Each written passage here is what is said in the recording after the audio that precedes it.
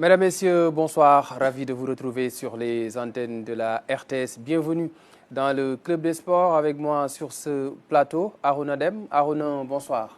Bonsoir Ibrahim. Tamharit s'est bien passé? Oui, ça a été. Ça a été. On a fait attention au Thierry. On a laissé ça aux Sérères qui probablement connaissent beaucoup d'accidents de parcours. Papa Alassane, bonsoir. Bonsoir Ibrahima, bonsoir à Ronan, bonsoir à tous qui nous regardent. J'espère qu'il n'y a pas eu d'accident de parcours avec le Thierry sénégalais. Même quand vous me regardez, vous voyez que je suis fit, toujours fit. J'ai pas un embonpoint au niveau du ventre, donc ça va. Super, ça c'est une très bonne nouvelle. On va attaquer le vif du sujet. Le premier thème de ce club de sport porte sur le report de l'Assemblée générale ordinaire de la Fédération sénégalaise de football. Ça devait être tenu samedi, le jour de la finale de la Coupe du Sénégal. Mais cet AG a été reporté sur demande du ministère des Sports. Certains clubs ont trouvé que les délais étaient courts, les délais de saisine et les documents de travail n'ont pas été mis à disposition à temps. Vous avez pu suivre lundi Maître Augustin Senghor dans Galaxy. Il a donné beaucoup d'explications.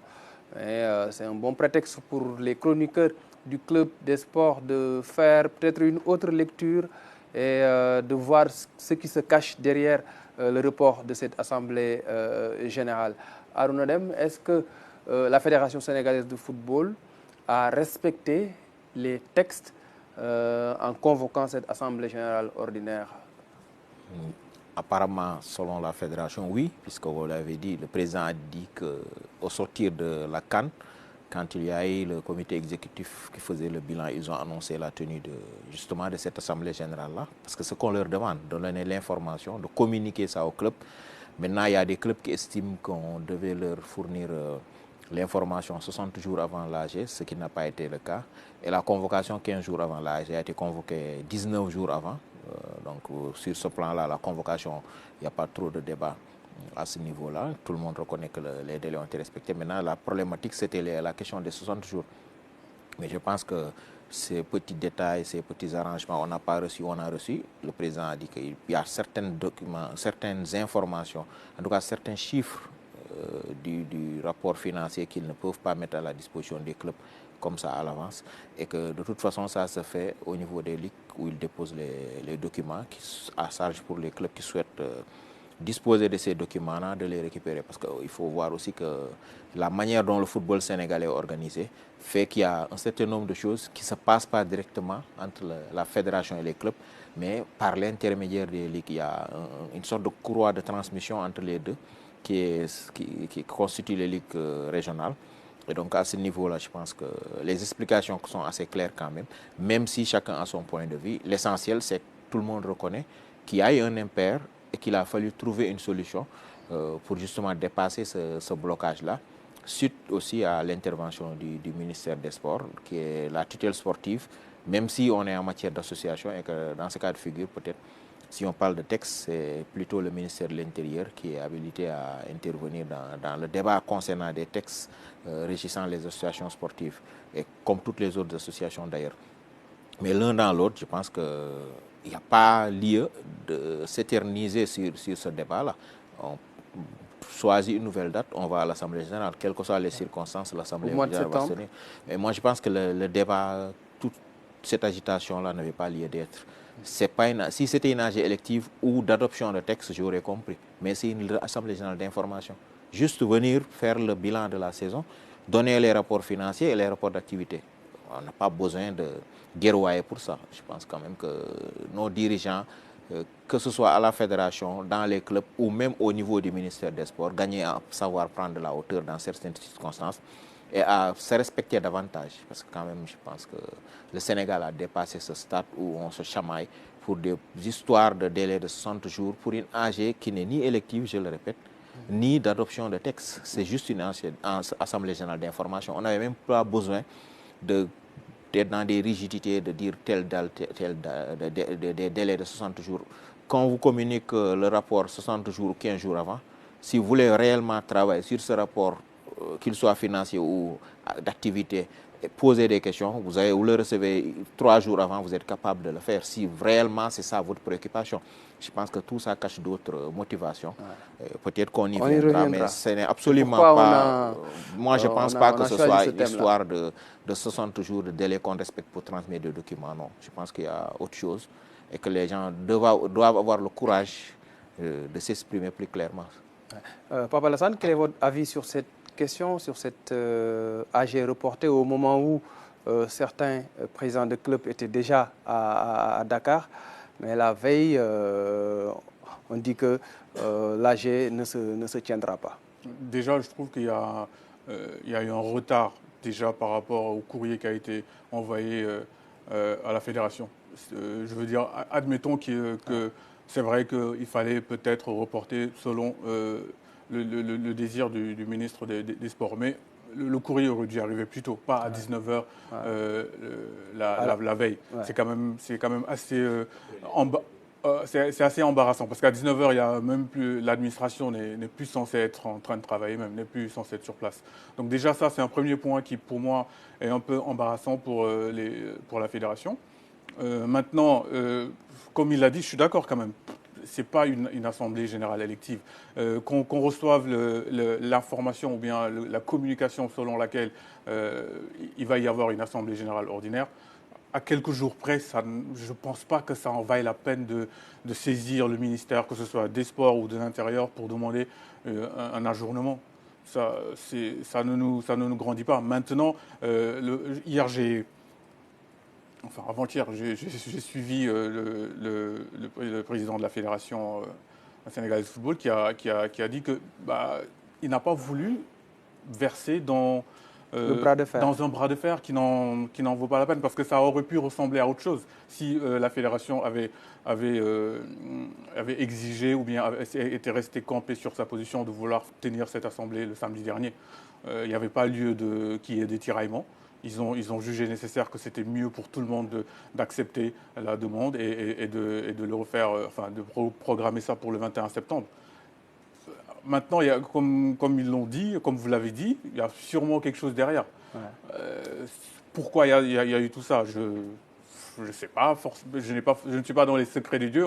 On verra peut-être avec Aruna qui pourra nous donner des informations. Mais effectivement, ça peut paraître un peu louche, toute cette histoire-là pour une simple assemblée générale ordinaire. Or, comme son nom l'indique, c'est vraiment ordinaire d'en être arrivé à le repousser, d'autant plus que, comme il l'a dit, la fédération a dû perdre de l'argent. Ouais. Le président Senghor parle de 15 millions 15 de pertes. millions pour presque rien. J'ai envie de dire, c'est pas pour minimiser, peut-être je respecte la position des clubs, des présidents des clubs amateurs, mais en valait-il vraiment la peine? Sincèrement, ce report, je ne pense pas. Ouais. Dans cette affaire, il y a la scène, mais il y a aussi ce qui se passe en coulisses. Et c'est ce qui nous intéresse sur ce plateau. Aruna Deme, est-ce que ce n'est pas le début de la pré-campagne? On le sait, Maître Augustin Senghor sera à la tête de cette fédération jusqu'au mois d'août prochain. Ce sera la fin de son 4e mandat. Est-ce que ces clubs contestataires ne sont pas en train de préparer l'AG élective d'août 2025?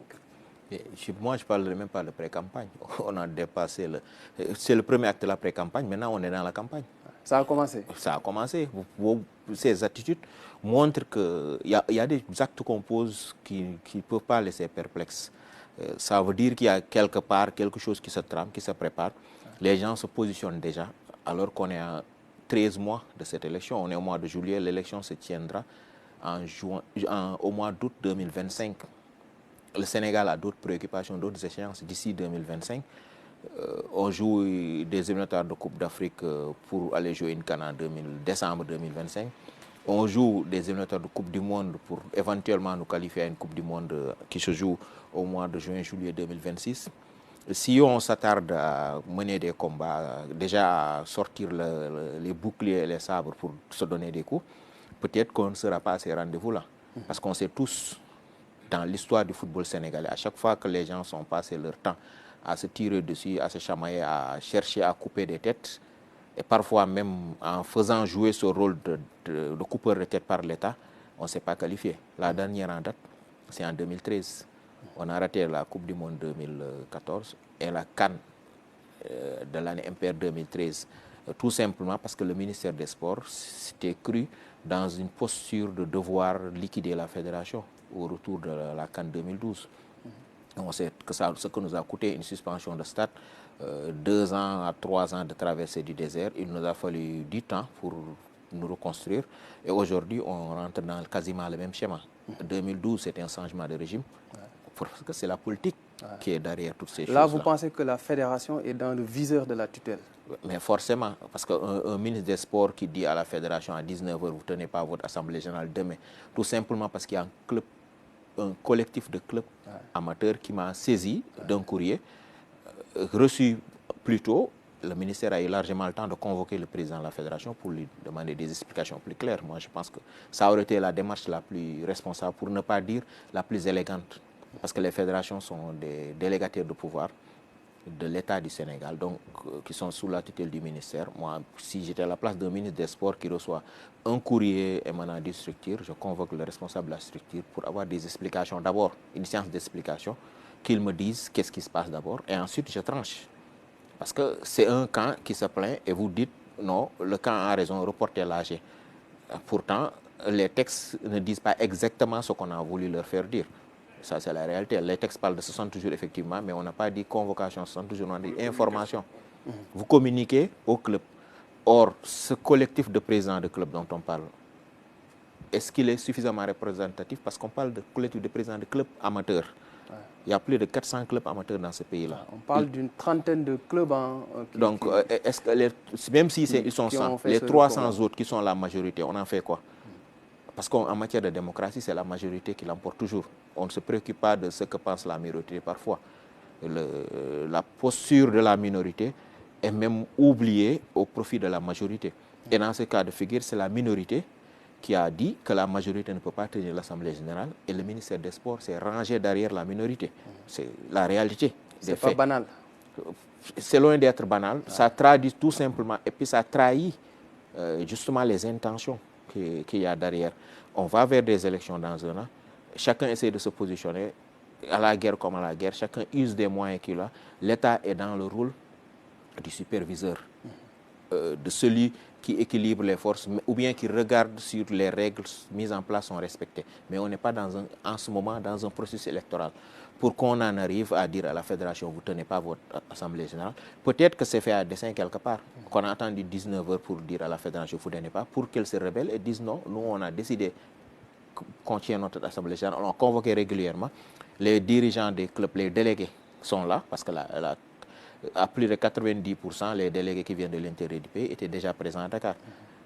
Donc, on attend le soir, on le dit, vous dites non, on maintient, et l'État en profite quelque part pour solder ses comptes, utiliser cette arme-là. Parce qu'il y a aussi la réalité du football sénégalais.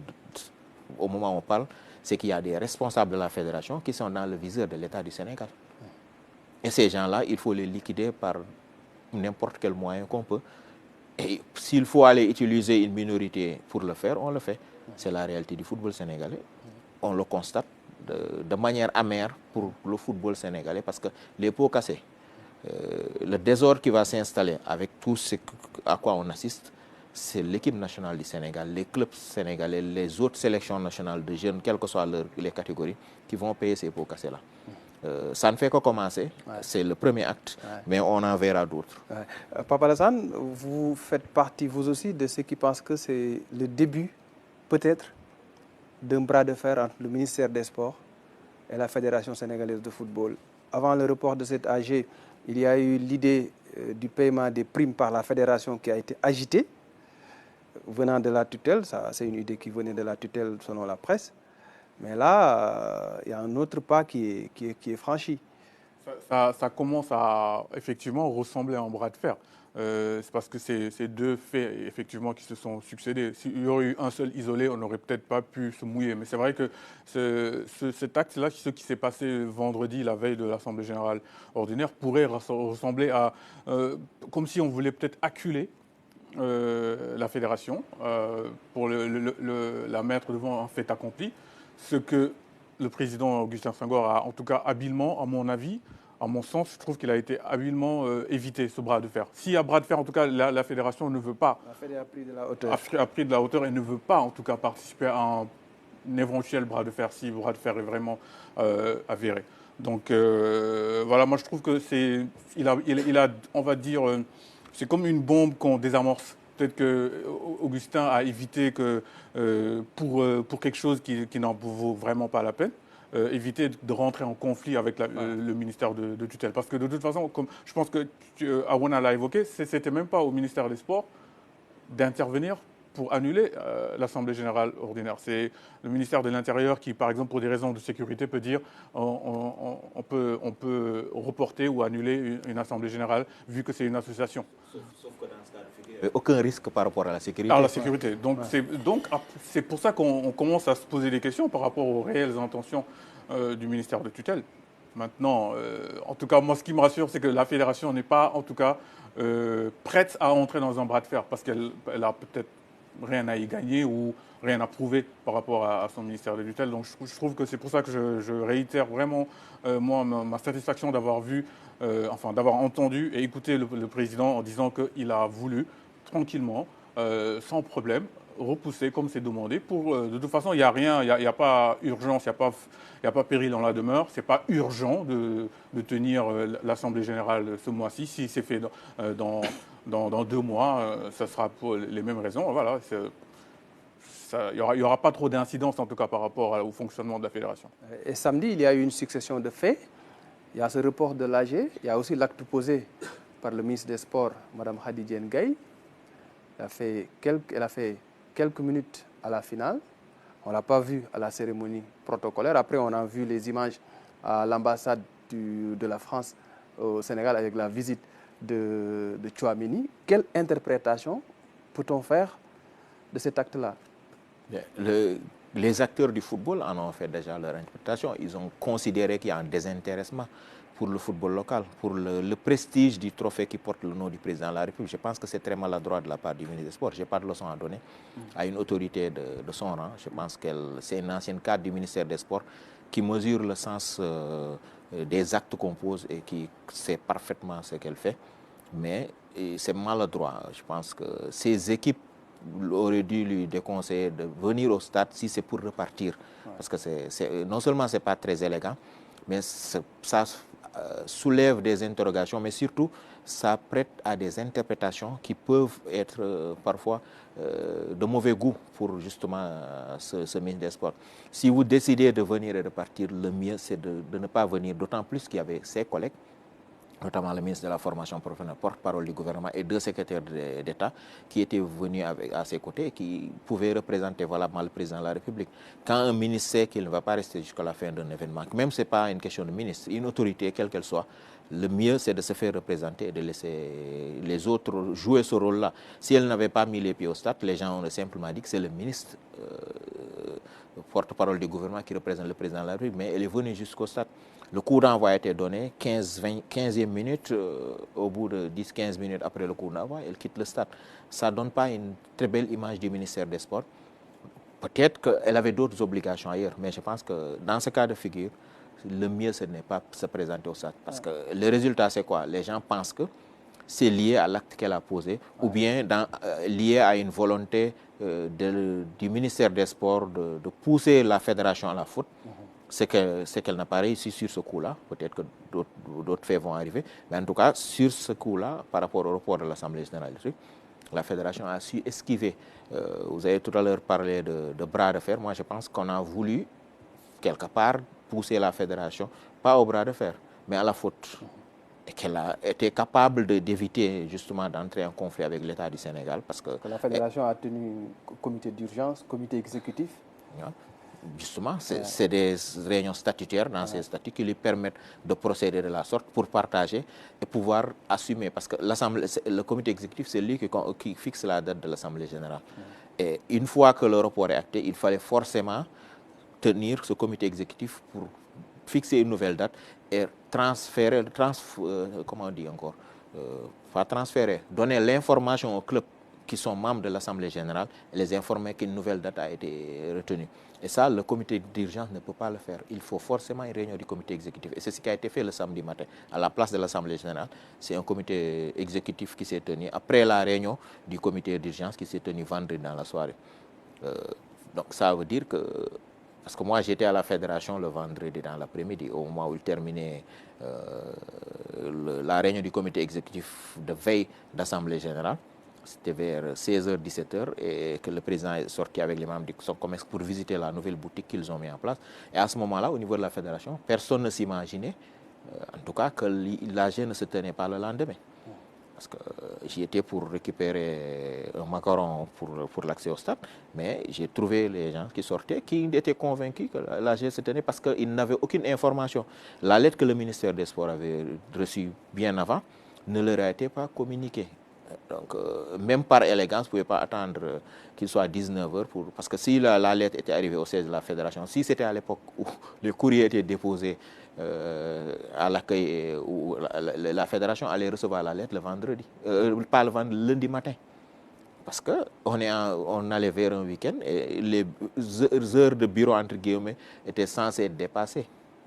Donc, fort heureusement, maintenant, avec les moyens, la technologie et tout, on utilise d'autres moyens, le mail, le WhatsApp et autres, pour transférer ce courrier-là à la fédération, qui a eu le temps de tenir son comité d'urgence dans la soirée et de confirmer la décision et de reporter. Mais je pense que quand même, ce n'est pas très élégant que le ministre de la République puisse se comporter de la sorte envers une fédération qui est délégataire du pouvoir. Si ça avait été un événement de moyenne importance, ça ne m'a pas dérangé. Mais c'est la Coupe du Sénégal, c'est important. C'est le trophée dédié au président de la République.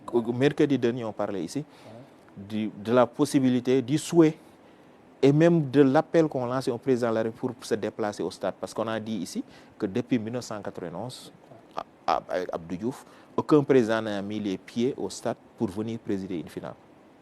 On souhaitait que si le président ne puisse pas éventuellement faire le déplacement, au moins qu'il y ait un Premier ministre. Parce que depuis 2000 jusqu'à présent, je pense que le seul Premier ministre que j'ai vu dans un stade remettre un trophée, c'était Souleymane Ndéné Ndiaye, à l'époque, qui est un passionné de football. Ça ne m'étonne pas. Mais depuis lors, de 2012 à aujourd'hui, on n'a pas vu... on a même vu un Premier ministre qui assumait la fonction de ministre des Sports, je le cite, Amadou Ba, arrivé en retard à la mi-temps d'un match de l'équipe nationale, alors qu'il est le ministre des Sports, à la mi-temps. L'année dernière, c'était la finale de la dernière édition de la Coupe du Sénégal. Il est arrivé à la mi-temps. Donc, pour dire que c'est le genre de choses qui découragent les gens qui mettent leur billes, leur sous dans ce football-là, qui se battent, les volontaires, qui sont là à 7h, 8h du matin sur le terrain, chaque matin, qui encadrent des gamins de 6, 7, 8 ans, qui aident des joueurs à s'accomplir, qui forment des joueurs professionnels, tous s'activent dans le microcosme du football. Ils se battent pour que ce football-là aille de l'avant. Et quand il y a un événement de cette nature-là, dédié au président de la République, ils ont envie de voir les autorités à côté. Mais quand vous venez au stade, vous voyez que tout ce que vous voyez le dimanche matin et les samedis matins, ou les après-midi dans les stades, vous ne voyez aucune autorité, rien de nouveau alors qu'on joue la finale de la Coupe du Sénégal. Mais ça vous décourage, ça coupe un peu les ailes de ceux qui se battent pour le football. Pape Alassane Ndiaye, est-ce que l'absence du ministre des Sports à la cérémonie protocolaire de cette finale de la Coupe du Sénégal vous paraît normal? Pas du tout. Là, par contre, comme effectivement, la semaine dernière, on était là en train de parler d'une éventuelle présence du président de la République et de son Premier ministre. Parce qu'on avait pris pour acquis que le ministre des Sports, c'était presque une évidence qu'il devait être là. À aucun moment donné, moi, j'aurais pu imaginer que le ministre des Sports ne serait pas là à la fin pour remettre pendant la cérémonie protocolaire. Parce que pour moi, c'est gagné. C'est presque une obligation, limite, entre guillemets. Mais qu'elle n'ait pas été là, ça pose des questions quand même. Ça peut vraiment... penser à, comme on le dit. Le fait d'être avec un international français qui est en visite au Sénégal, ça c'est quand même... Est-ce qu'elle était avec est-ce qu'elle a pas répondu à l'invitation de la France, enfin de l'ambassade? Mais Alassane, sur les réseaux sociaux, vous avez... On a vu les images sur les réseaux sociaux. Oui, mais je veux dire, c'est pas la présence de l'international français, Aurélien Tchouaméni, qui a valu sa présence.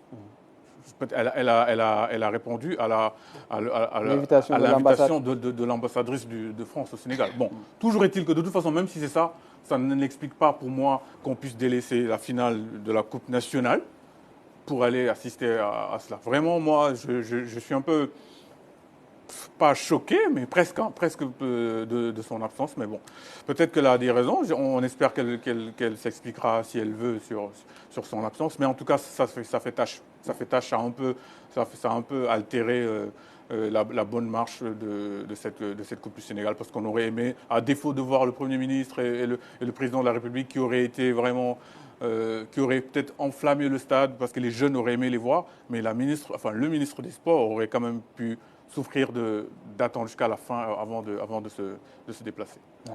Aruna, on reste sur cette AG et sur la Fédération sénégalaise de football. On le sait, il y a pas mal de dirigeants de cette fédération qui sont de l'APR, le parti qui était au pouvoir au Sénégal il y a quelques mois, pas mal de vice-présidents. Est-ce que tout cela n'est pas l'origine de l'attitude du ministère des Sports envers cette fédération? Est-ce qu'il n'y a pas un peu de politique dans ce qui est en train de se passer? Il y a un changement de régime. Là, on veut véritablement qu'il y ait aussi changement à la fédération avec de nouveaux hommes. Mais je pense que le football a toujours été au-dessus des contingences politiques. Et certains ont pensé qu'à un moment donné, la fédération a été un peu politisée aussi. Oui, mais des politiques étaient à la fédération. Mais vous trouvez des membres de tous les camps politiques au sein du COMEX de la fédération de football. Vous trouverez des gens de PASTEF, vous trouverez des gens du PDS, du PS, de l'APR, de Benno Bokk Yakaar, pour parler comme ça. Vous avez parlé du bureau. Ouais. Augustin Senghor, il était de Benno Bokk Yakaar. Ouais. Maire de Gorée élu sur une liste, mais membre de Benno. Ouais. Ablaye Sow, deuxième vice-président. Djibril Wade, premier vice-président. Mam Adamou Ndour, Seydou Sané, commission communication. Il y en a plein. Ouais. Mais il y a d'autres personnes qu'on trouve là-bas qui dirigent des commissions ou qui sont dans les instances, qui sont aussi d'autres partis. On connaît tous. Parce que ce n'est pas des gens... Ils déroulent leurs activités politiques en dehors du football.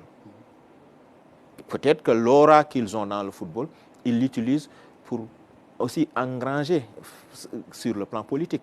Parce que ça leur donne accès à la jeunesse et tout. Mais je pense que le football a toujours su être quand même en dehors de la sphère politique. Malgré que ceux qui dirigent ou ceux qui sont dans les instances sont colorés politiquement, quand il s'agit de parler de football, les gens parlent de football, évitent de mêler la politique au football. Ça a marché, hein? Ça a marché parce que si vous voyez bien avant 2009, mais jusqu'à présent, c'est ce qui se passe. Maintenant, si les gens font focus ou retournent en arrière et essaient de faire ce qui s'est passé dans l'histoire du football sénégalais, où il fallait être du camp du pouvoir pour diriger le football, ou diriger les fédérations. L'épisode de 2002, même l'élection de 2009. Ou l'élection de 2009, ouais. Où le camp du PDS s'est mobilisé, a tout fait à Malick Gakou pour qu'il ne passe pas, parce qu'on considérait que c'est l'AFP qui allait prendre la fédération. Et un Premier ministre s'est même permis de dire publiquement qu'ils se sont battus, qu'ils ont mis les moyens qu'il fallait, même financièrement, pour justement empêcher cette élection-là. Je pense que c'est des choses qu'on ne souhaite pas revoir dans le football. Parce que le résultat, on le connaît, ça ne fait pas avancer le football sénégalais. C'est dans l'union et l'unité. Et le fait de mettre de côté toutes ces considérations et ces casquettes politiques-là qui a fait avancer le football, qui a permis au football de faire les résultats qu'il a pu faire. Et je pense que les nouvelles autorités devraient aussi avoir ça à l'esprit pour éviter de tomber dans le piège de ceux qui veulent se positionner. Parce qu'il y a des gens dans la fédération qui n'ont pas pu, par les armes du placement à des postes stratégiques ou aller au vote pour gagner, se positionner, et qui pensent qu'avec le soutien des nouvelles autorités, en dénigrant ou en tout cas en attaquant ceux qui sont là, ils pourront avoir du soutien et peut-être occuper d'autres positions et éventuellement diriger le football. Et je pense que ce n'est pas la meilleure formule, parce que le monde du football, c'est la plus grande démocratie. Le monde du sport en général, c'est la plus grande démocratie. Les gens qui pratiquent le football sur le terrain, qui dirigent les clubs, qui mettent leurs moyens dans ces instants-là, qui mettent de leur temps, de leur énergie, et même parfois qui sacrifient leur vie pour le développement du sport, du football en particulier, ce n'est pas des gens qu'on va obliger être dans des batailles, des combats pour porter des projets politiques, si on peut le dire ainsi, parce qu'il y a des gens qui se positionnent pour leur projet politique et qui veulent utiliser le football comme arme pour accéder à leur propre... se réaliser personnellement. Je pense donc que la politique, on devrait la laisser à la porte du football et laisser le football continuer, parce qu'on est dans un cycle où on fait des résultats. Si on s'inscrit dans une dynamique de règlement de compte, de faire du haut-toi que je m'y mette, parce qu'en quelque sorte, c'est à ça que ça ressemble, mais on ne s'en sortira pas. Je pense que les gens doivent attendre, tout simplement, l'Assemblée générale de la Fédération. Ceux qui veulent diriger le football ou être dans le commerce, être président, être vice-président, n'auront qu'à lever la main, aller se battre sur le terrain électoral. Parce que ceux qui dirigent le pays, c'est ce qu'ils ont fait. Ils ont utilisé toutes les armes. Diomaye et Sonko, ils ont utilisé toutes les armes pour accéder au pouvoir. Ils ont fini par accéder quoi? Pas par la rue, mais par le vote des Sénégalais. Et celui qui veut aspirer demain à diriger la fédération, il n'y arrivera que par un seul moyen, le vote des clubs à l'Assemblée générale. Donc pourquoi perdre du temps, se casser la tête, ou bien essayer de poser des actes qui seront de nature à plomber le football sénégalais? Si vous posez des actes qui détruisent le football, demain vous accédez à la tête de la fédération et que le Sénégal est mis dans toutes les compétitions, les caisses sont vides, vous ferez quoi? Pape Alassane, vous pensez vous aussi qu'il y a des dessous politiques dans ce qui se passe?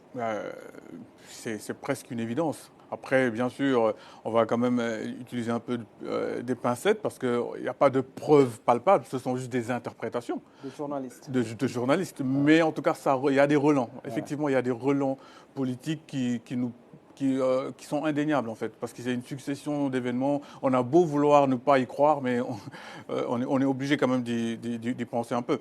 Mais en tout cas, ce serait vraiment dommage parce que ça ne va pas servir le football sénégalais. Le football sénégalais est arrivé à un moment, à un niveau où tout le monde nous prend comme exemple, tout le monde nous observe, tout le monde nous envie, et il ne faut pas que pour des raisons politiques, ça entrave le développement et le travail qui est en train d'être fait. Parce qu'effectivement, on est dans une phase cruciale là, avec l'équipe nationale, avec la qualification à la prochaine Coupe du Monde, même la prochaine CAN, même avec les autres catégories, le football féminin. Il faut que tout le monde tire dans le même sens. De toute façon, il y aura élection. Élection, il y aura. Ouais. Avec ou sans l'actuel président, on ne sait pas encore, mais en tout cas, il y aura élection. Donc ce sera le moment là de faire campagne. Mais là, pour le moment, je pense qu'il est trop tôt. On est presque à un an de l'échéance. C'est trop tôt pour pour commencer à faire des tiraillements. Ça peut mettre des bâtons dans les roues aux fédéraux et aux gouvernants du football. Et c'est le football en tant que tel qui va en pâtir.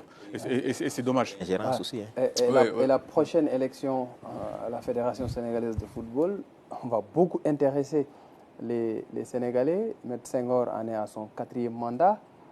Lundi, sur le plateau de Galaxy, il a annoncé qu'il parlera de sa candidature au mois de mars prochain. Pensez-vous qu'un 5e mandat de Maître Senghor peut être un mandat de trop? C'est fort possible. Moi, je pense quand même. Est-ce que vous pensez qu'il va se représenter pour un 5e mandat? Je ne sais pas, il n'a encore rien dit. À sa place, je ne me représenterai pas. Ça n'engage que moi, c'est mon point de vue personnel. Je pense qu'il a fait ce qu'il avait fait pour le développement du football sénégalais. Il a encore beaucoup à donner, à apporter, mais je pense que compte tenu du contexte global du football sénégalais, compte tenu de l'image que les Sénégalais ont de lui, à un moment donné, il faut savoir partir et laisser quelqu'un d'autre prendre le relais. Surtout qu'on lui attribue beaucoup de choses. Et la réalité des faits, ou la réalité du football sénégalais fait que c'est le meilleur président de fédération qu'on ait jamais eu. On est en train de parler... qui a amené la Coupe d'Afrique. Non, moi je ne parle même pas de résultats sportifs, je parle de la gestion, de la gestion du football sénégalais. Ça fait quand même 24 ans que j'observe ce qui se passe de très près. En tant que journaliste sportif, on a vu beaucoup de choses. On connaît un peu l'histoire du Sénégal depuis 1960 jusqu'à présent. Mais aujourd'hui, on parle même de Cour des comptes d'argent. Mais regardez la gestion globale de Maître Senghor en matière de transparence, de respect des règles. On ne parle pas de scandale financier à la fédération, et pourtant on en a connu avant son arrivée à la tête de la fédération. En termes de réalisation, en termes de progrès que le football sénégalais a accompli, moi je ne parle pas des résultats sportifs, mais je parle de ce qui a été fait pour asseoir justement une stabilité, une organisation qui permette de faire justement ces résultats. C'est la gouvernance. La gouvernance, en quelque sorte, l'environnement du football. Il a réussi des choses extraordinaires dans ce domaine-là. Il l'a fait entre 2009 et maintenant, ça fait quand même 15 ans, une longue période. Au bout de 16 ans, il aura accompli tout ce qu'il avait à faire.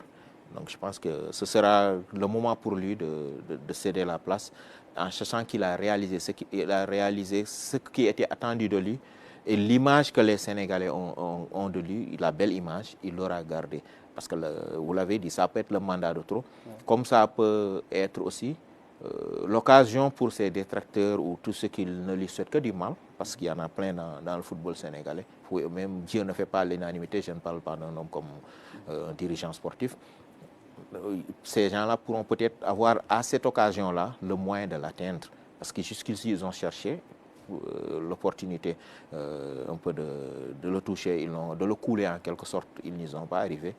Et je pense que peut-être qu'au mois de mars, on aura sa décision. Mais je ne le vois pas se représenter une nouvelle fois. Peut-être qu'il y a des gens autour de lui qui le pousseront. Moi, je n'en fais pas partie. Je pense qu'il a accompli ce qu'il avait à faire. Les textes ne lui interdisent pas. Il n'y a rien juridiquement il a même dit sur le plateau de Galaxy qui lui interdit d'être candidat. On nous invoque souvent la FIFA, la FIFA dit, la FIFA ne dit pas, mais la FIFA ne limite pas elle-même ses mandats. À la FIFA, ce n'est pas écrit noir sur blanc que le président a un mandat limité. Peut-être que maintenant, ils sont en train de travailler sur ça. Mais moi, je pense que le débat n'est pas à ce niveau-là, par rapport à la légalité ou à la légitimité de sa candidature. Mais je pense que c'est plus une décision personnelle et on serait plus sur le terrain de la morale. Il aura assez fait. Il devrait peut-être penser à passer à autre chose parce qu'il a accompli sa mission et de fort belle manière. Parce que c'est ce qu'il a réalisé au-delà des résultats sportifs. Pour parler de ces résultats sportifs, ce qu'il a fait, ça va être difficile pour un autre président de le faire. Gagner 5 titres dans la même saison quand même. Et le premier titre qu'on a eu, c'est les seniors en football, après quasiment 60 ans d'attente. Je pense que ça restera dans l'histoire, personne n'y pourra rien. En août 2025, Maître Senghor fera 16 ans, au bout de 4 mandats. Est-ce que ce n'est pas le bon moment pour partir par la grande porte avec tous les résultats que Harouna vient de citer? Justement, tu l'as dit, même si les textes le lui permettent, même s'il fait mieux, même s'il pouvait faire un mandat et faire gagner encore la CAN et avoir des résultats, que ce soit sur un bilan immatériel même, mais je pense que c'est le bon moment. C'est parce qu'en fait, il a posé les jalons d'une bonne gouvernance.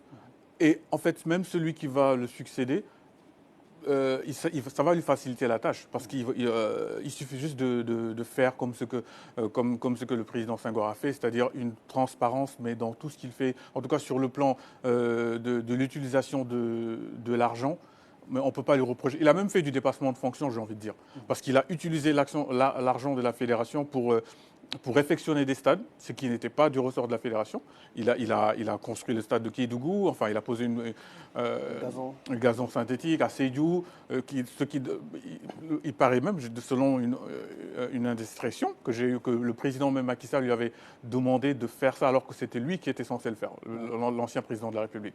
Mais il a demandé au président Senghor de le faire parce que comme en tant que bon président, de fédération, en tout cas en tant que quelqu'un qui est transparent dans l'utilisation des fonds, il a jugé nécessaire de le faire parce que l'argent doit revenir de toute façon au pays et à aider au développement des infrastructures sportives. Donc franchement, effectivement, je pense que ce serait le bon moment. Il n'a plus rien à prouver. Il ne peut pas faire quelque chose qu'il n'a pas encore fait, que ce soit matériellement, immatériellement, sur le plan de sportif. Il a contribué à l'avènement de notre première Coupe d'Afrique. Sur le plan petite catégorie, n'en parlons même pas. Ouais. Donc je ne vois pas pourquoi. En fait, il se mettrait plus des bâtons dans les roues parce que s'il ferait un autre mandat, peu importe ce qu'il fera, on trouvera toujours quelque chose à dire parce qu'on va dire ouais, il a fait un mandat de trop. Ça peut agacer. Donc moi je pense qu'il gagnerait lui-même à sortir par la très grande porte et laisser la place à quelqu'un d'autre. Je pense que ce pays regorge de personnes ressources qui pourraient lui succéder. Il a parlé de continuité même dans son camp. Il y a peut-être Voilà, des profils qui pourraient même dans parachever son son œuvre. Effectivement, même dans son camp, il y a des gens qui ont collaboré avec lui, qui savent comment il a travaillé, qui connaissent les arcanes, le chemin à suivre pour que la fédération sénégalaise puisse jouir d'une telle crédibilité, parce que c'est une fédération très crédible, et il y est pour beaucoup. Et surtout, il peut se consacrer à la CAF. Je veux dire, il peut être un candidat ça peut être un bon challenge. Un bon challenge. D'avoir un Sénégalais à la tête Sénégalais de succéder à Motsepe. Voilà, c'est là où moi j'aimerais le voir. Voilà ce qu'on pouvait dire sur le report de l'Assemblée générale ordinaire de la Fédération sénégalaise de football. On s'est intéressé aux coulisses, aux non-dits. Et sur le plateau, nos chroniqueurs ont donné leur avis sans détour. On se retrouve dans un court instant pour le second thème du Club des Sports. Le second thème va porter sur l'Euro et la Copa América qui se sont terminés dimanche. On va commencer par l'Euro avec le sacre de l'Espagne. La Roja était impressionnante dans cette compétition. Je me souviens, lors de l'émission qu'on avait consacrée à cet Euro, personne sur ce plateau n'avait misé sur l'Espagne. Tout le monde avait parlé des favoris sans citer l'Espagne. Et je vous disais, les gars, je n'ai pas entendu le nom. Le nom parmi les demi-finales. Espagne. Et là, les Espagnols sont allés jusqu'au bout. Est-ce que ça vous a surpris? Non, parce qu'on sait tous que c'était une grosse équipe, cette équipe d'Espagne. Maintenant, il y avait d'autres équipes qui semblaient un peu plus fortes, mais sur le plan, c'est le collectif en fait comme l'Allemagne, l'équipe la plus collective, voilà. Et la Belgique de... L'Allemagne qui s'est retrouvée, mais au mauvais moment, qui a tardé à retrouver son niveau. Parce que l'Espagne, le match le plus difficile que l'Espagne a joué dans cet Euro-là, quand même, c'était contre l'Allemagne. C'est la seule équipe qui a amené l'Espagne en prolongation. Donc, au moment où l'Allemagne retrouvait son football, malheureusement, l'Espagne était en face. Et c'est l'équipe qui est la plus complète, qui joue le plus beau football. L'équipe qui la plus séduisante, en tout cas, de cet Euro-là qui gagne. Donc, on ne peut être que satisfait de voir que le beau jeu paye quelque part aussi, parce que c'est ça la réalité. Ils ont misé sur de jeunes joueurs, ce que nos entraîneurs africains refusent parfois de faire. On dit que les gamins qui n'ont pas encore peut-être 25 ans ne sont pas bons pour être titulaires, ils doivent attendre de vieillir. On a vu Lamine Yamal, Nico Williams qui ont éclaboussé ce Euro-là. L'Italie avait mis un défenseur central de 22 ans, Calafiori, quelque chose qui n'arrive que très rarement dans le football italien. Les jeunes étaient au pouvoir en quelque sorte durant ce Euro-là, dans toutes les sélections d'ailleurs. C'est des gamins qu'on a propulsés au devant de la scène. Et cette équipe d'Espagne, elle était si complète que c'était difficile de voir un adversaire qui aurait été en mesure de les mettre en mal. Parce qu'en fait, je pense qu'ils n'ont pas tiré toutes leurs ressources en quelque sorte. Ils n'ont pas été au bout d'eux-mêmes pour gagner ce trophée-là. À un moment donné, il a suffi qu'ils accélèrent simplement dans un match pour pouvoir s'en sortir. Le match le plus difficile, comme je l'ai dit, c'était contre l'Allemagne. Contre l'Angleterre, ça a été dur, surtout après l'égalisation. Mais si vous voyez France-Espagne, c'était impossible que cette équipe de France puisse éliminer l'Espagne. Il y avait 2 classes d'écart sur le terrain. Donc, c'est fort logique de voir l'Espagne. C'est la récompense du beau jeu, comme j'ai dit. Et ça montre aussi, quand les entraîneurs ont leur fait confiance sur une longue période, ça donne des résultats. Parce que De La Fuente qui gagne cet Euro-là, il a déjà gagné avec 2 autres sélections de jeunes en Espagne. Ces joueurs qui sont en sélection A, la moitié, c'est des jeunes qu'il a formés, qu'il a encadrés, qu'il a eu à diriger dans les sélections des U17 et des U20 de l'Espagne et qui arrivent en sélection A avec une identité de jeu. Quand vous voyez n'importe quelle sélection, même vous voyez l'équipe féminine de l'Espagne jouer, championne du monde, même si vous les voyez avec un maillot gris ou noir, vous savez que c'est l'Espagne qui joue. Mais c'est ça qu'on attend d'un pays, un schéma de jeu clair, une façon de jouer unique. On a vu ces entraîneurs se planter durant ce tour-là, tactiquement. C'est le cas de l'Angleterre. Moi, je n'ai pas compris au premier tour. Trent Alexander-Arnold, latéral droit de Liverpool, que Southgate met au milieu de terrain. Parce qu'il a la peur bleue de sortir. À un moment donné, il y a un titulaire et un remplaçant. Walker est meilleur que Trent Alexander, en tout cas pris en forme, vous mettez-le sur le banc, mais il a voulu mettre tous les 2 joueurs sur le terrain. Et après, c'est son équipe qui en pâtit. Et quand il a pris la responsabilité de prendre un des 2 et de mettre l'autre sur le banc, son équipe a été plus équilibrée et joué mieux. C'est ce qui a tué la France. Ouais. Ils ont de jeunes joueurs qui sont capables de jouer, mais on a toujours voulu que les anciens, Griezmann et les autres, soient à chaque match titulaires. Mais au moment où ils ont compris que ils n'étaient pas en forme, en tout cas ils n'étaient pas dans le coup, mais c'était déjà trop tard. Ouais. Pavel San, qu'est-ce qui vous a le plus séduit dans cette équipe espagnole? Mais en fait, moi j'ai envie de dire que l'Espagne a sauvé l'Euro. Ah bon? Au-delà qu'il soit champion, mais c'est l'arbre qui a caché la forêt, l'Espagne. C'est la seule. Moi, je ne suis pas supporter de l'Espagne, je ne les voyais même pas venir vraiment à ce niveau-là. Mais c'est les rares fois où je regardais des matchs et que je prenais du plaisir, c'est l'Espagne. En fait, et ça s'est personnifié avec justement deux personnes, c'est Lamine Yamal et Nico Williams. Et en fait, ils ont apporté une autre touche. Parce que 2 joueurs d'origine africaine. Voilà, parce qu'en fait, Aaron a parlé c'est l'Espagne qu'on connaît. Mais en fait, non, c'est l'Espagne version 2.0. Parce que l'Espagne avait manqué justement des joueurs comme Yamal et Nico Williams sur les côtés, parce que c'était trop ronronnant au milieu de terrain à l'époque de Xavi. Plus de percussion, plus de verticalité. Là, ils sont complets dans tous les secteurs de jeu.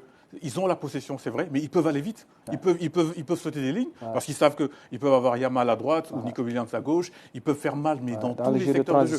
Donc, en fait, c'est vraiment l'équipe qui a sauvé un peu la face de l'Euro. Parce que moi, je suis vraiment déçu du contenu dans le jeu des grosses nations de football.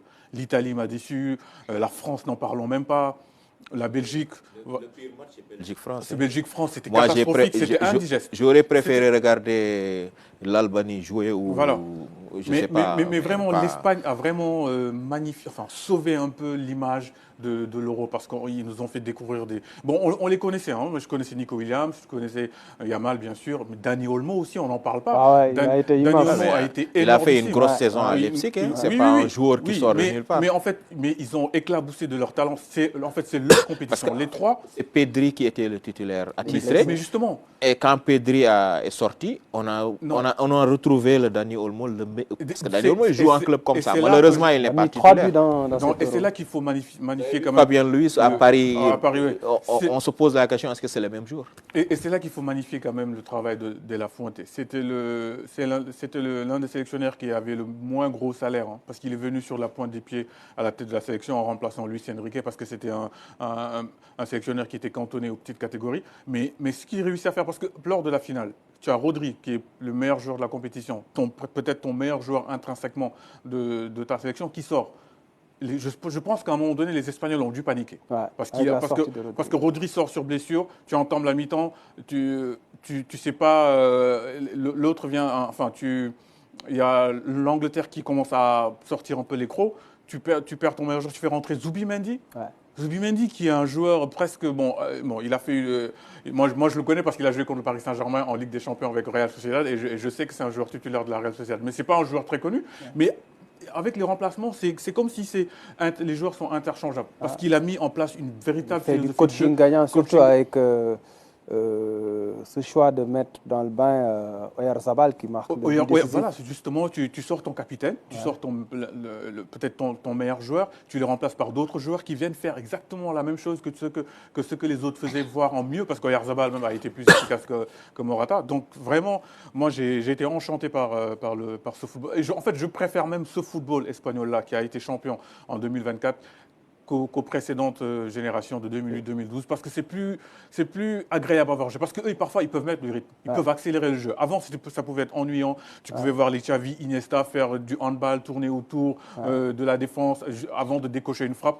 Là, on ne voit pas ça. Là, on a vu un Fabien Ruiz, des Rodri qui pouvaient frapper de loin, qui pouvaient en tout cas changer le visage du tiki-taka. C'était pas que du tiki-taka, c'était bien plus complet. C'était la version améliorée du tiki-taka. Espagne version 2.0. Il y a aussi la Copa avec le sacre de l'Argentine, de Léo Messi, l'équipe championne du monde, qui confirme encore une fois avec cet énième trophée À l'Euro, c'est le meilleur football, la meilleure équipe qui gagne. Ah non, c'est là, vrai je que suis pas c'est... d'accord. Non, mais là, par contre, non. Là, je suis pas. Le meilleur football, c'est pas l'Argentine. L'Argentine, c'est indigeste aussi. C'est Non, très non, j'ai moche dit... à voir. Mais à la limite, la meilleure sélection pendant la Copa América, c'était l'Uruguay de Bielsa. En Non, ce qu'ils nous ont non, montré au premier tour, non, c'est quand non, même assez. Mais là, l'Argentine, Ah. non. là, si vous avez regardé beaucoup de matchs de Copa, c'était pas du football, c'était du football karaté à un moment Oui, donné. oui, oui. Même Non, pour moi, type là, d'Américain, y compris quoi. l'Argentine. l'équipe qui joue, c'est vrai, il y a 1 ou 2 jours, Otamendi, tout le monde sait que c'est pas un footballeur, c'est un Rodrigo de gladiateur. Paul, De Paul, McAllister. tout le monde sait que c'est pour faire des fautes qu'ils sont là. Mais l'Argentine, au moins, jouait un football cohérent, bien structuré comparé aux autres. La seule équipe qui, c'est même pas pour moi, c'était pas l'Uruguay, c'est la Colombie. James Rodriguez qu'on a retrouvé, qui est un joueur qui avait disparu des radars, mais qui a été excellent. D'ailleurs, c'est le meilleur joueur du tournoi. La Colombie jouait un très beau football avec l'Argentine. D'ailleurs, c'est pas surprenant que ces deux équipes jouent la finale. Ils avaient le plus beau jeu, la meilleure qualité de football, parce que c'est ce qui est malheureux avec la Copa. C'est pas seulement sur cette édition. Toutes ces dernières années, on a vu que c'est quand même une compétition où le niveau physique est tel et les arbitres, tu as l'impression qu'ils somnolent. Oui, parce qu'il y a de ces tacles qu'on voit dans la Copa.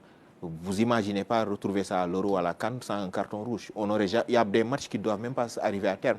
Parce qu'il doit y avoir au moins 10 cartons rouges dans le match. C'est un jeu quand même assez violent. C'est très violent. Vous avez vu la cheville gauche de Messi En pleurs à la avec fin du match.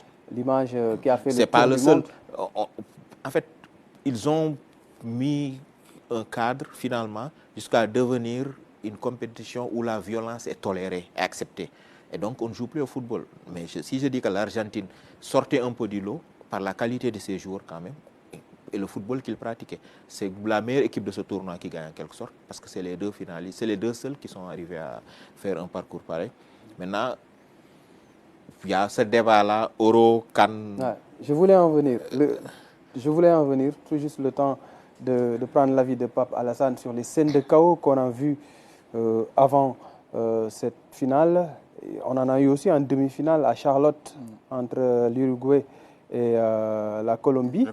Un commentaire sur ça? Oui, bien sûr. C'est quand même des scènes assez désolantes. Il faut qu'on commente ça. Pourquoi? Parce qu'en fait, si c'était la CAN, si c'était en Afrique, ça aurait fait le tour du monde. Ouais. Ils auraient dit, vous voyez, ces gens-là, ils n'arrivent toujours pas. On est en 2024, ils n'arrivent toujours pas à organiser une compétition de façon, je veux dire, en bonne et due forme. À Miami, c'était presque le chaos avant cette finale. Et le pire, c'est qu'ils le font dans le pays. Aux États-Unis. C'est la prochaine Coupe du Monde.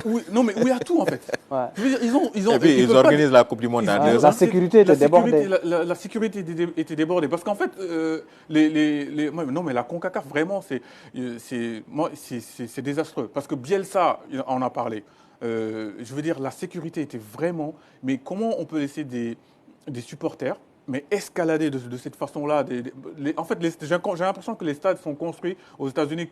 C'est un pays de football, c'est pas un pays de soccer. Ouais. Donc en fait, il n'y a tellement pas d'affluence que je pense que les stades, ils les ont construits de telle manière qu'ils n'attendent pas à ce que des gens puissent escalader pour aller voir un match. Parce que parce que le football américain quand même mobilise 80 000 personnes à chaque match. Oui, non, mais dans leur sport à eux. Oui, mais ils n'ont pas cette culture de pouvoir. Non, mais je pense qu'il y a. C'est l'organisation qui est défaillante. Pour un pays qui doit organiser dans 2 ans la Coupe du Monde, il y a de quoi s'inquiéter. Vraiment. Donc là, vraiment, c'est vraiment le carton rouge à la CONCACAF dans tout. Ils ont fait quand même jouer un match sur terrain synthétique. Ouais. Sur terrain synthétique, c'est quand même. C'est quand même du gros n'importe quoi. Ouais. Avant de terminer, on va se prêter au jeu des comparaisons. Certains ont pensé que l'Euro et la Copa de cette année n'a pas plus de niveau que la dernière Coupe d'Afrique des Nations. Moi, j'en fais partie. Hein. En termes de spectacle, en termes de qualité de jeu, la CAN n'a rien à envier à ces deux compétitions. Certainement pas. Bien sûr. On a vu de meilleurs matchs à la CAN que France, excusez-moi, mais France, comment ça s'appelle encore? Belgique. France-Belgique, c'est d'un niveau affligeant. C'est indigne de 2 équipes de ce calibre-là, de joueurs de cette nature-là. Quand on fait jouer De Bruyne, Millet, récupérateur, ils ne passent même pas la ligne médiane. Mais c'est pire que tous les matchs qu'on a vus à la CAN. La CAN avait un meilleur niveau en termes d'intensité, de qualité de jeu. Même pour les terrains. Pour une fois, la CAN s'est jouée dans des terrains d'excellente qualité. Et l'ambiance... Ouais. Bon, les Ivoiriens ont réussi leur CAN. Moi, avec le coup du marteau. On a tellement aimé cette CAN-là qu'après voir ce qui se passe à l'Euro ou à la Copa América... Moi, ce qui m'inquiète, est-ce que la CAN d'Abidjan, enfin, de la Côte d'Ivoire plutôt, c'est arrivé une fois. Enfin, je veux dire, je ne suis pas sûr que... Bon, peut-être... Non, mais si on parle de la meilleure CAN de l'histoire. C'est la meilleure CAN, mais est-ce que, voilà, justement... Mais on parle de ces trois compétitions qui se suivent. Okay, d'accord. Nous, on a joué en janvier, février. Il y a eu l'Euro et la Copa au mois de juin, juillet. Et on compare justement ce qui vient de se passer tout de suite là. Mais la CAN, il était plus agréable de regarder des matchs de la CAN. Il était mieux en termes d'intensité, même en termes de spectacle et d'animation dans les tribunes. On a senti que la CAN était quand même un cran au-dessus comparé à ce qui s'est passé à l'Euro. La question que je voulais vous poser, est-ce que c'est le niveau de la CAN qui a beaucoup progressé ou c'est le niveau de la Copa et de l'Euro qui a connu une certaine chute? Je pense qu'il y a des deux. Le niveau de la CAN a progressé, mais le niveau de l'Euro a considérablement chuté. Parce que même en 2020, on était dans une période Covid, post-Covid, le niveau était supérieur. Je ne sais pas si vous vous souvenez, l'Euro en Angleterre, le niveau même était supérieur. Pourtant, les joueurs étaient restés pendant un moment, il y avait des problèmes avec le Covid, les joueurs n'avaient pas pu jouer tout le temps. Mais là, c'était vraiment s'il n'y aurait pas eu l'Espagne encore une fois, ça aurait été catastrophique. Mais par contre, la Copa, ça fait quand même quelques années que la CAN n'a rien à lui envier. Vraiment, la CAN... C'est presque du catch. C'est vraiment pas du tout... C'est très violent. L'Euro était encore au-dessus, peut-être la deuxième en termes de qualité après la Coupe du Monde. Mais la Copa, ça fait des années qu'ils sont derrière la Copa. Ça ne joue pas au football. Parce que la CAN, pendant cette CAN-là, même pendant les matchs de poule, on sentait du suspense dans tous les groupes. Il y avait vraiment... Ça s'est joué jusque dans les dernières minutes. Voilà, donc c'était victoire à la CAN pour une fois. Pour une fois, on peut être Merci, fier. Merci, chers amis, et ça nous remplit de fierté en tant qu'Africains. Merci à vous, Pape Alassane Ndiaye, merci à Aruna Dem, merci à toute l'équipe technique. Oumar Ndiaye était à la réalisation. Merci à vous, chers amis téléspectateurs. Passez une excellente fin de soirée en compagnie des programmes de votre télévision nationale.